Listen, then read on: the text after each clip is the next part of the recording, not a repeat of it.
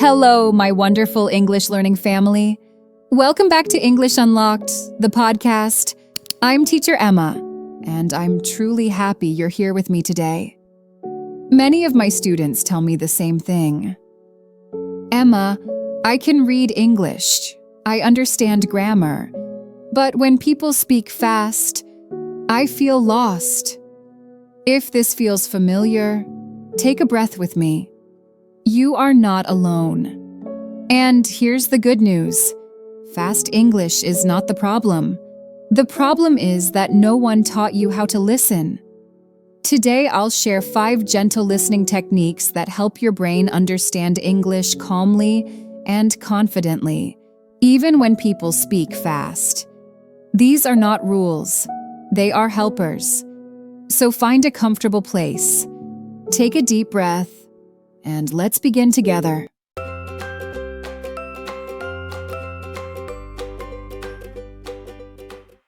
Now, before we dive into our techniques, I want you to understand something important.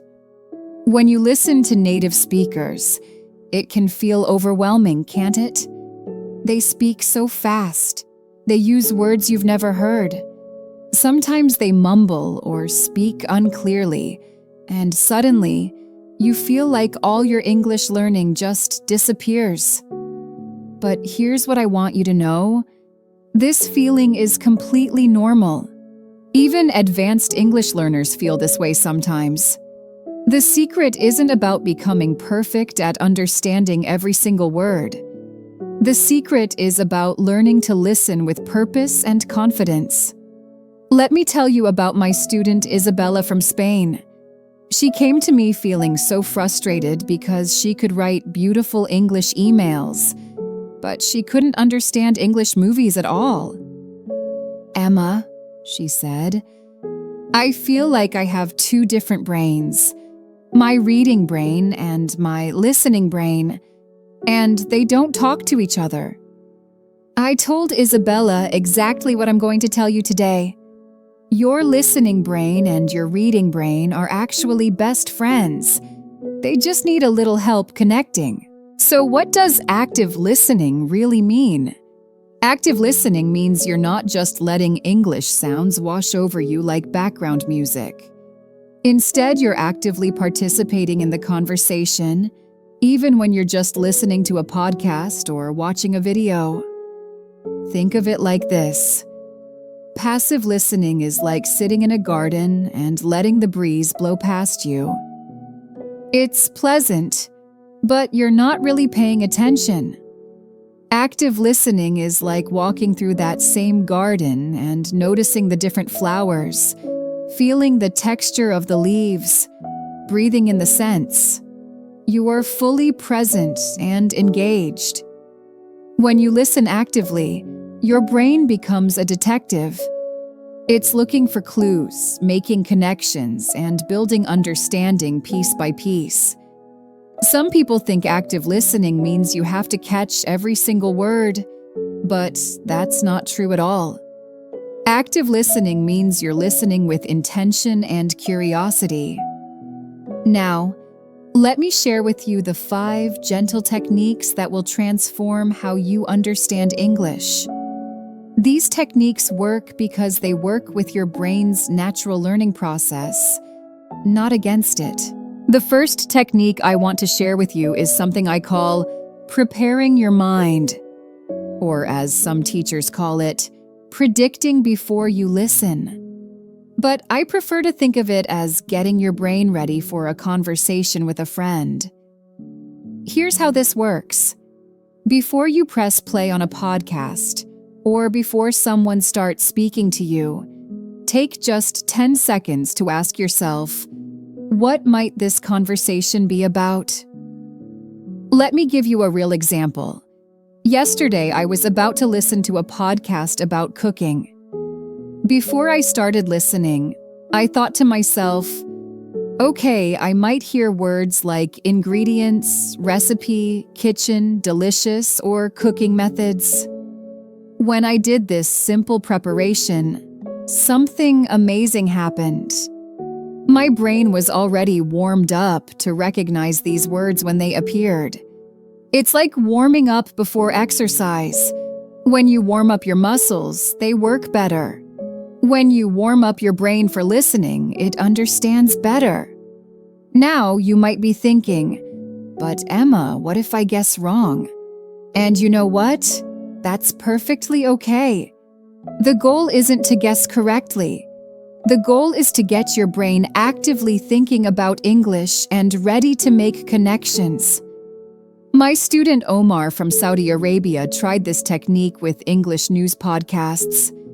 He told me, Emma, even when my predictions were wrong, I noticed I understood much more than before. It's like my brain was awake and ready to learn. Take a breath. Can you feel how this technique is already making sense to you? Stay with me. This is where fast English starts to feel slower. The second technique might surprise you because it goes against what many language schools teach. Instead of trying to understand every single word, focus on understanding the main ideas. I know this might feel scary at first. Many of my students say, but Emma, if I don't understand every word, how will I really understand? Let me share something with you. Even native speakers don't catch every single word in every conversation. We understand through context, main ideas, and the overall feeling of what someone is saying. Here's a story from my student Hiroshi from Japan.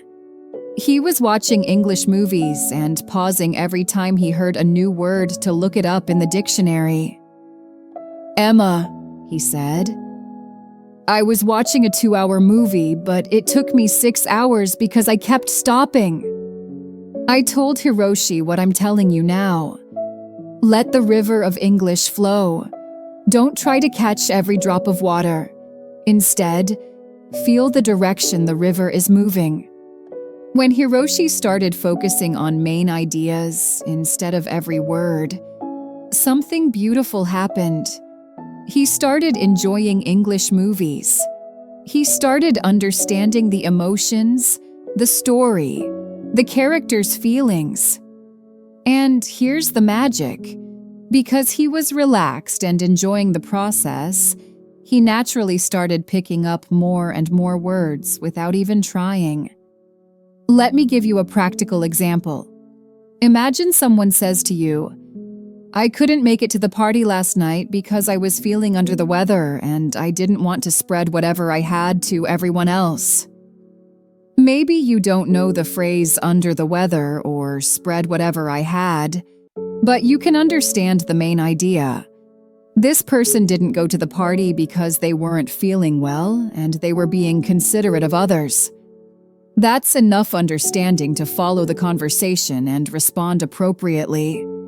Now, let me tell you about Technique 3, which builds beautifully on what we just learned.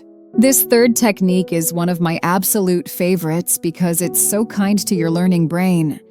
Instead of listening to something just once and feeling frustrated, give yourself permission to listen multiple times. I call this the gentle repetition method, because each time you listen, you're being gentle with yourself and allowing your understanding to grow naturally. If you want, try listening again and quietly repeating with me. Think about it like this. The first time you listen, your ears are getting used to the sounds, the rhythm, the speaker's voice. Your brain is just saying, okay, this is English, I'm ready to learn. The second time you listen, something magical happens. Your brain already knows what's coming, so it can focus on understanding more details. The third time, even more connections form. You might notice the speaker's emotions, catch words you missed before, or understand jokes that went over your head initially. My student Diego from Brazil discovered this technique by accident.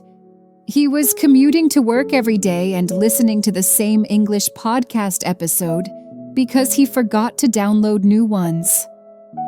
"Emma," he told me. By the end of the week, I understood everything, but more than that, I felt like I was having a conversation with the host. I knew when he would pause, when he would make a joke.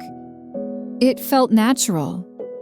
This is the power of gentle repetition.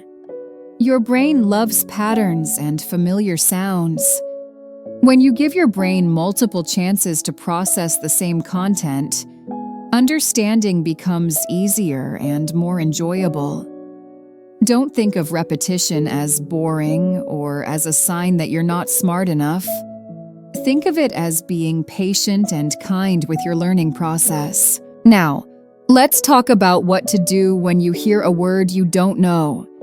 Instead of panicking or reaching for your dictionary immediately, become a word detective using something we call context clues. Context clues are like puzzle pieces around the unknown word that help you guess its meaning. Here's how this works. Let's say someone says, "It was pouring outside, so we had to cancel our picnic and stay indoors." Maybe you don't know the word pouring, but look at the clues around it. They had to cancel a picnic. Picnics are usually outdoors. They stayed indoors instead. Something was happening outside. Your detective brain can conclude, pouring probably means heavy rain. And you know what? You'd be absolutely right. My student Amélie from France became excellent at this. She told me, "Emma, I realized I was already doing this in French when I heard new words. I just needed to trust the same skill in English." The beautiful thing about being a word detective is that it keeps you engaged with the conversation instead of stopping the flow to look up every unknown word. Here's another example. I was starving when I got home, so I ate 3 sandwiches and a bowl of soup. Even if you don't know starving, the context tells you this person was very hungry. Hungry enough to eat a lot of food. This detective skill gets stronger with practice, and the more you use it, the more confident you become in your English listening. Let's go deeper with our final technique. The last technique I want to share is about creating the right environment for your English listening practice. Many of my students try to multitask. They listen to English while cooking, while walking, while checking their phone. And then they wonder why they're not improving quickly. But here's the truth. Your brain needs focused attention to build strong listening skills. I'm not saying you should never listen to English while doing other activities, but I am saying you need some focused listening time every day. Even just 10 or 15 minutes of complete focus will give you better results than hours of distracted listening. Create what I call your English listening sanctuary. This might be a comfortable chair in your living room, or a quiet corner of your bedroom, or even sitting in your car during lunch break. In this space, when you practice English listening, put your phone away or on silent. Close your laptop unless you're using it for the audio. Make sure you're comfortable but alert. Give your full attention to the English you're hearing. One of my students tried this technique and was amazed by the results. "Emma," he said, "I realized I was never really listening before. I was just hearing English in the background. When I started giving my full focus, even for short periods, my understanding improved so much." Think of it like having a heart-to-heart conversation with a good friend. You wouldn't check your phone or cook dinner while they're sharing something important with you. You'd give them your full attention because you care about understanding them. Treat English the same way. Give it your care and attention, and it will reward you with clearer understanding. Now, let me tell you something important about these 5 techniques. They're not rules you have to follow perfectly. They're not tests you can pass or fail. They're gentle tools to help you build confidence in your English listening journey. Some days you might use all 5 techniques. Other days, maybe just 1 or 2 will feel right for you. That's perfectly okay.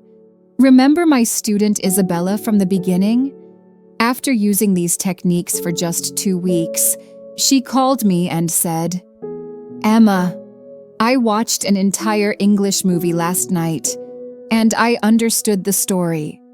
I didn't catch every word, but I felt connected to the characters and their emotions." That's exactly what we're aiming for: connection, understanding, and confidence. Your English listening skills are like a plant growing in a garden. Some days the growth is visible, some days it happens quietly underground. But with gentle care and the right techniques, that plant will flourish. As we come to the end of our time together today, I want you to remember something. Every English learner, no matter how advanced they become, started exactly where you are now. They had moments of frustration, moments of confusion, moments when they wanted to give up. But they also had moments of breakthrough, moments of joy, moments when English started to feel natural and comfortable. You're going to have all of these moments too. And that's not just okay, it's beautiful. It's part of your unique English learning story. These 5 techniques we've talked about today, preparing your mind, focusing on main ideas, gentle repetition, being a word detective, and creating focused listening time. These are your companions on this journey. Use them with patience and kindness towards yourself. Trust the process. Trust your growing abilities. Tell me in the comments, which technique felt easiest for you today? I believe in you and your English journey, and I hope you believe in yourself too. Thank you for spending this time with me today. Thank you for being part of our English Unlocked family. Until next time, keep listening with confidence, keep growing with gentleness, and keep believing in your amazing potential. This is Teacher Emma, sending you encouragement and warm wishes for your English adventure. Bye for now.